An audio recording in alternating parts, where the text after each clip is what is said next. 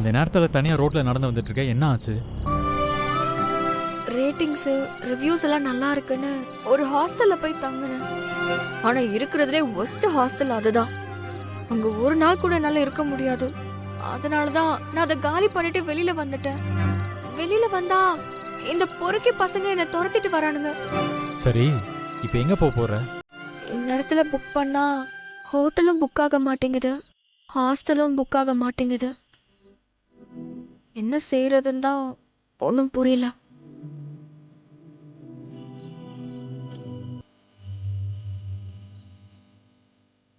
நந்தினி, இங்கே பாரு, என் ஃப்ரெண்டோட வீடு இதில் தான் இருக்கு. அவன் இப்போ ஊரில் இல்லை, வெளியூரில் இருக்கான். நம்ம 2 பேரும் தங்குறதுக்காக கேட்டு வச்சிருந்தேன். இப்போ இங்கே நான் மட்டும்தான் இருக்கேன்.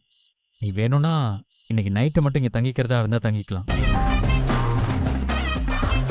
ஆ, உடனே ஒத்துக்க வேண்டாம், கொஞ்சம் மரடு பிடிப்போம். இங்கே பாரு, நான் உன்னை இங்கே தங்க சொல்கிறதால நான் உன் மேலே உரிமை எடுத்துக்கிட்டதாவோ இல்லை உன் கூட இருக்க நினைக்கிறதாவோ நினைக்க வேணாம்.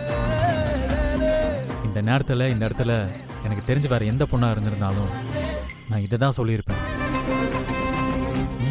நீங்கள் வந்து தங்குறதும் தங்காததும் உன் இஷ்டம்தான்.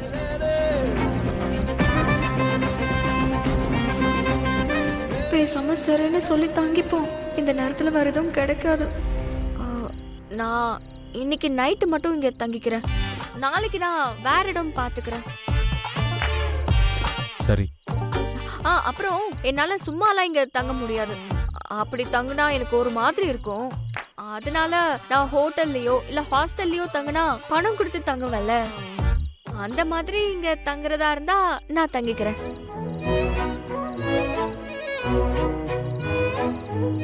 இல்லனா வேண்டாம், நான் வேற எங்கேயாவது தங்கிக்கிறேன்.